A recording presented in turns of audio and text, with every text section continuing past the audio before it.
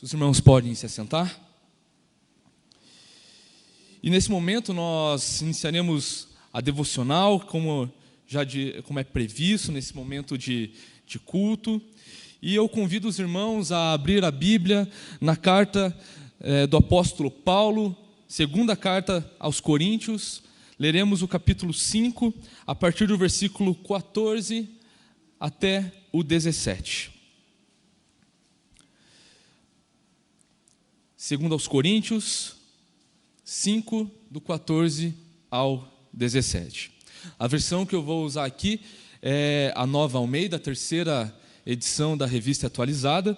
Então, para os irmãos não se perderem aí durante a nossa leitura. Não é tão diferente, mas é uma outra versão, é importante falar isso. Segundo aos Coríntios, capítulo 5, versículo 14 até ao 17, diz o seguinte: pois o amor de Cristo nos domina, porque reconhecemos isso. Um morreu por todos, logo todos morreram. E ele morreu por todos, para que os que vivem não vivam mais para si mesmos, mas para aquele que por eles morreu e ressuscitou. Assim que nós, daqui por diante, a ninguém conhecemos segundo a carne. E se antes conhecemos Cristo segundo a carne, já agora não o conhecemos desse modo. E assim, se alguém está em Cristo, é nova criatura. As coisas antigas já passaram, eis que se fizeram novas. Vamos orar mais uma vez? Senhor Jesus, nós lemos aqui a sua palavra, Pai. Que a sua palavra, essa palavra viva, que é a verdade de Deus para a nossa vida, venha estar entrando em confronto ao nosso coração, Pai pecador, a fim de que aquilo que existe ainda de nós, Pai, não exista mais, mas para que nós sejamos moldados à semelhança do seu Filho Jesus. Te louvamos, Pai, ser conosco, ser comigo nesse momento, em levar a tua palavra ao seu povo, e que o Senhor nos edifique através do seu Santo Espírito. Em nome de Jesus, amém. Queridos, vocês, não sei se todos aqui conhecem, mas existe uma obra famosa até, houve até uma série, uma telesérie, por assim dizer, chamada Gabriela. Tenho certeza que os irmãos aqui já ouviram falar dessa série, e se não, muito provavelmente já ouviram aquela frase tão conhecida, né? Eu nasci assim, eu cresci assim, vou ser sempre assim, Gabriela. Né? Tenho certeza que alguns dos irmãos aqui, a maior parte dos irmãos já ouviram isso. E muitas vezes essa tem sido a nossa postura diante das nossas coisas, diante dos nossos relacionamentos, diante da nossa forma como nos apresentamos diante do Senhor, diante das nossas desculpas quando pecamos em algum momento, quando nós somos confrontados com o Evangelho.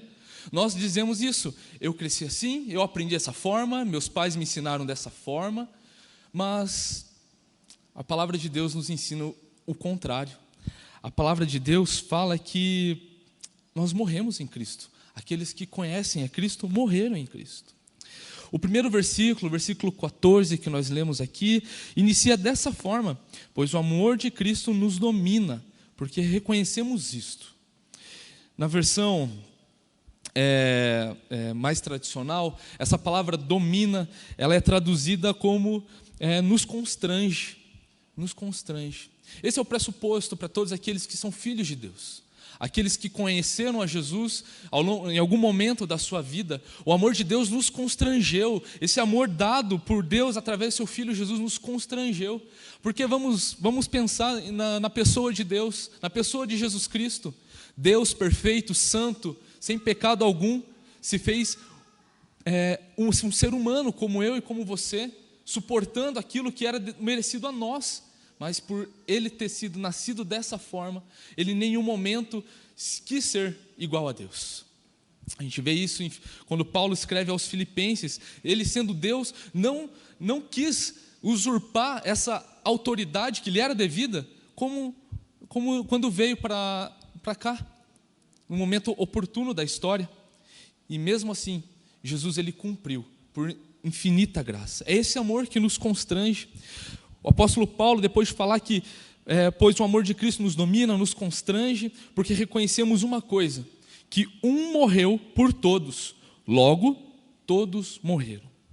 o versículo seguinte vai falar que esse todos são aqueles que não vivem mais para si mesmos. São aqueles que agora conhecem a Cristo. São todos aqueles que, em algum momento, tiveram um encontro com Jesus e as suas vidas foram transformadas. E que ao longo da nossa história, nós vamos estar sendo transformados constantemente. Recentemente, o pastor Tiago está fazendo uma exposição na primeira carta do apóstolo João. E um dos sermões foi que o Senhor Jesus, Ele continua conosco. É Ele quem nos dá a vitória sobre o pecado. É Ele quem conquista isso para a nossa vida. É Ele quem nos dá isso. É Ele quem diz diante de Deus que nós somos justos. Isso é nos imputado por mera graça, por pura graça, porque nós somos alvo desse amor constantemente.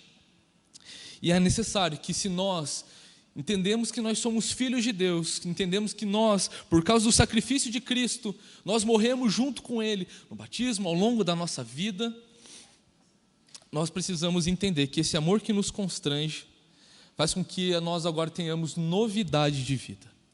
Nós não podemos mais andar como andávamos antigamente. Nós não podemos argumentar diante dos confrontos, dos nossos conflitos, diante de situações que estão até mesmo impregnadas pelo pecado, que nos levam até mesmo a discutir com os nossos irmãos, discutir com os nossos familiares, discutir com alguém que nós amamos, ou até alguém que é o nosso próximo, dizer, quando nós somos repreendidos com alguma conduta, dizer: eu nasci assim, eu cresci assim, eu vou ser sempre assim. Não dá. Isso não é coerente com a caminhada de um discípulo de Jesus. Ao longo de quase um ano aí, nós estamos vendo essa série em cima do Sermão do Monte, que daqui a pouco os irmãos vão estar prestigiando aí o pastor Patrick dando esse estudo. E nós vemos que a necessidade, o que Jesus está nos apresentando ali é a necessidade de transformação do nosso coração. Não é uma mera ética do reino de Deus, não é um simples moralismo, embora exista princípios éticos e morais nesses ensinamentos, mas Jesus está nos apresentando a necessidade constante de que nós precisamos viver para Cristo, porque Cristo morreu e por causa disso nós estamos mortos com Cristo, e não simplesmente mortos, porque essa era a nossa condição antigamente, antes de conhecer a Jesus. O versículo 16 vai dizer que assim que nós, daqui por diante, a ninguém conhecemos segundo a carne. E se antes conhecemos Cristo segundo a carne, já agora não conhecemos desse modo. O apóstolo Paulo está nos dizendo que antes nós ouvíamos dizer sobre Jesus. A nossa sociedade vem apresentar os vários tipos de Jesuses, por assim dizer, Jesuses, se dá para colocar como plural, né, o nome de Jesus.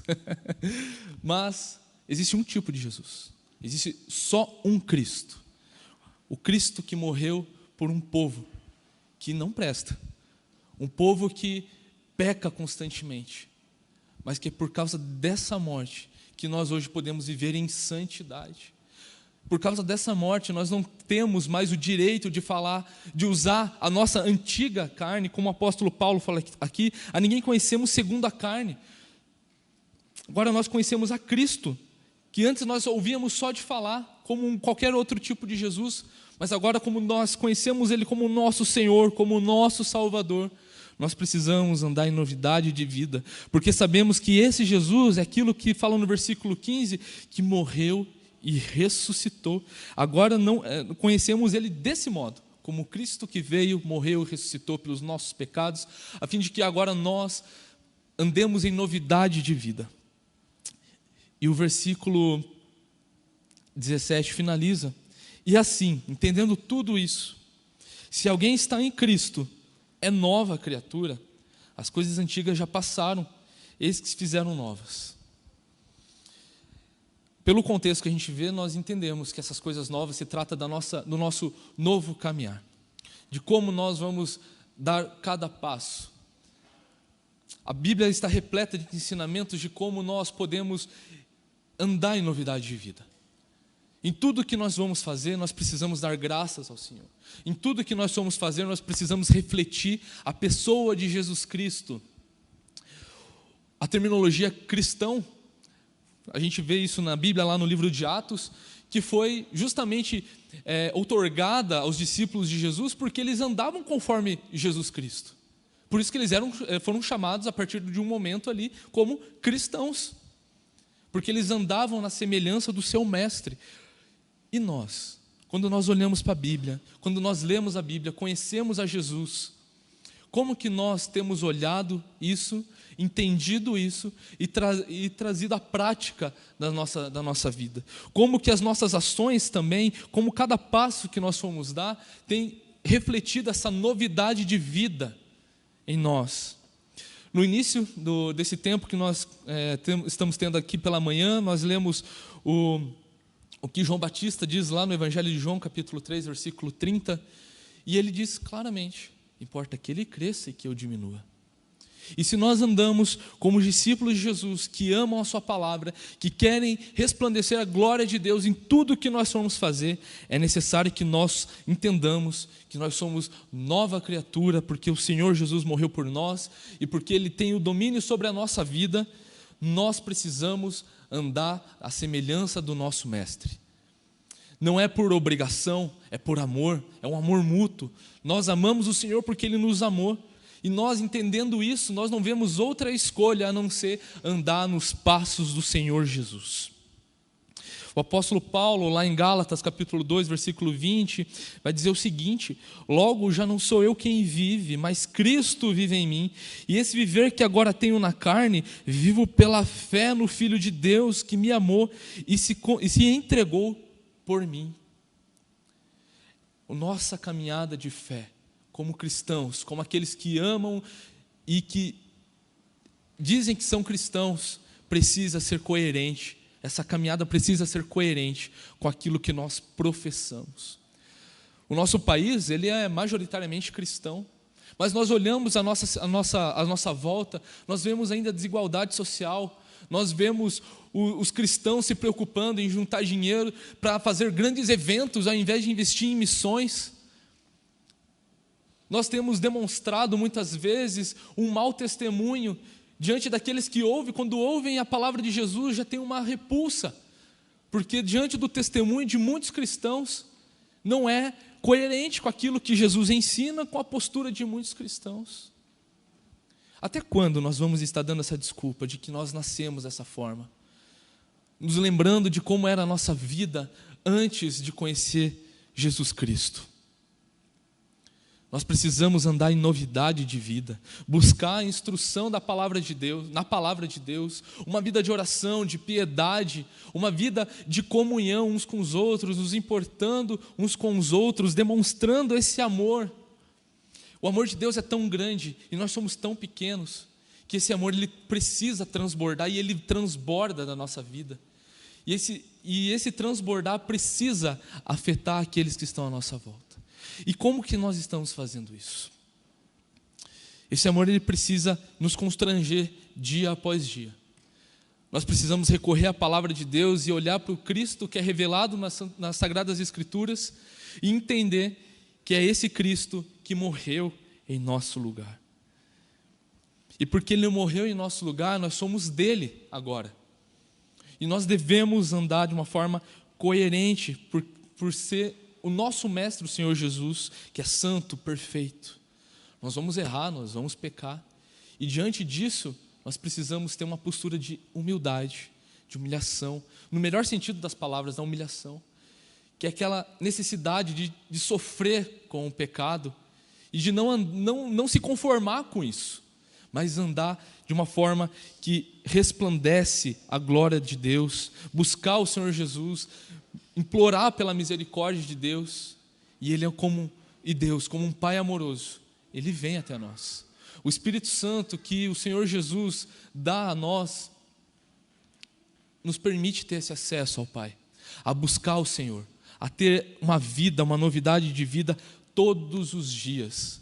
Não é um momento da nossa história que nós recebemos, agora nós recebemos uma quantidade e que nós vamos andando e isso vai se desgastando. Não. É uma novidade de vida que se renova a cada dia. A palavra de Deus nos ensina que as misericórdias do Senhor se renovam todos os dias na nossa vida. E dessa forma, nós devemos esquecer como nós éramos, como eram as nossas condutas, os nossos padrões, os nossos vícios, as nossas idolatrias. Nós devemos deixar isso tudo para trás e seguir o Senhor Jesus. Mas nós estamos num contexto que é perceptível, que é contaminado pelo pecado, que vai nos colocar em tentação. E é por isso que essa pergunta é tão importante. O que Jesus faria?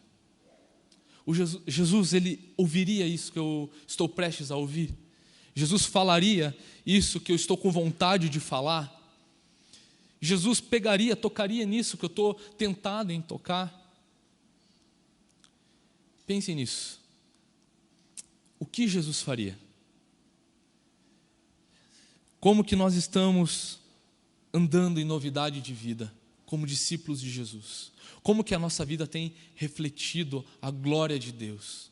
Será que as nossas ações têm sido conduzidas pelo desejo de glorificar a Deus? Ou simplesmente de manter uma certa religiosidade, porque isso aparenta ser muito bom? Ou, não sei, pode ser outra motivação. O coração, ele é muito bom em uma coisa, em produzir falsos ídolos. E nós devemos lutar contra a nossa carnalidade. A ninguém conhecemos agora mais segundo a carne, mas agora conhecemos o Senhor Jesus como aquele que ressuscitou. E na semelhança de Cristo, nessa semelhança que nós almejamos, o pastor Patrick ontem falou com a UPA, falou que a eternidade não vai começar quando Jesus voltar, a eternidade é hoje. O que te faz pensar? O que nos faz pensar que se nós não andamos em novidade de vida, nós vamos ser satisfeitos no novo céu, na nova terra, quando nós estivermos com os nossos corpos glorificados, à semelhança de Jesus Cristo? A eternidade começa hoje. Nós precisamos refletir e demonstrar essa esperança para esse mundo caído, carente do amor de Deus, como nós éramos outrora. Nós precisamos já evidenciar isso, trazer a esperança futura para essa realidade, pensando em cada passo, o que Jesus faria? Ser as mãos do Senhor Jesus, curar essa terra, ser os pés do Senhor Jesus e proclamar o Evangelho ao pecador perdido, porque essa era a nossa situação antes.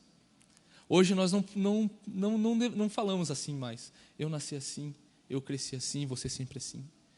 Hoje nós falamos, eu sou filho de Deus, eu morri com Cristo, hoje eu nasci em Jesus, eu continuo andando em santidade e em justiça perante Ele todos os dias, porque um dia Ele vai voltar, e vai ser sempre assim, vai ser uma glória, vai ser maravilhoso, e é essa esperança que nós precisamos levar àqueles que tanto precisam. Ao passo que nós proclamamos o Evangelho, nós demonstramos através das nossas ações aquilo que é coerente com o que nós falamos. Que Deus então assim nos abençoe. Vamos orar? Querido Deus, muito obrigado, Pai, pela sua palavra. Obrigado, Deus, por ter falado com o seu povo. Obrigado, Deus, porque isso é graça do Senhor. Que privilégio que é poder falar e ouvir, Pai, aquilo que o Senhor falou um dia através dos seus homens de Deus e tem falado através da tua palavra, da Bíblia, aos nossos corações hoje.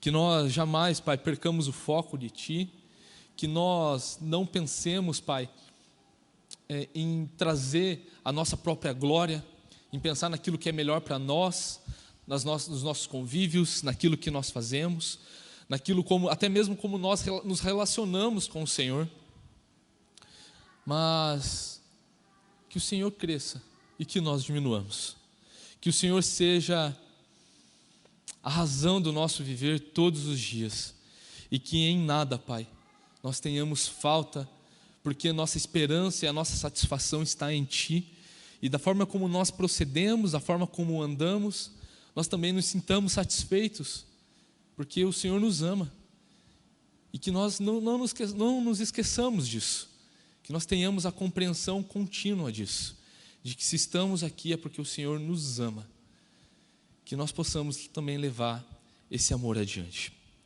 Também te coloco, Pai, coloco diante de Ti as aulas que serão ministradas hoje, aos professores, Pai, cuide desses homens, Pai, dessas mulheres que vão estar trazendo a sua instrução, Pai, às pessoas aqui, aos membros dessa igreja, às pessoas que também estarão assistindo. Sê conosco, Pai, nos abençoe, te louvamos e te glorificamos, em nome do Senhor Jesus. Amém.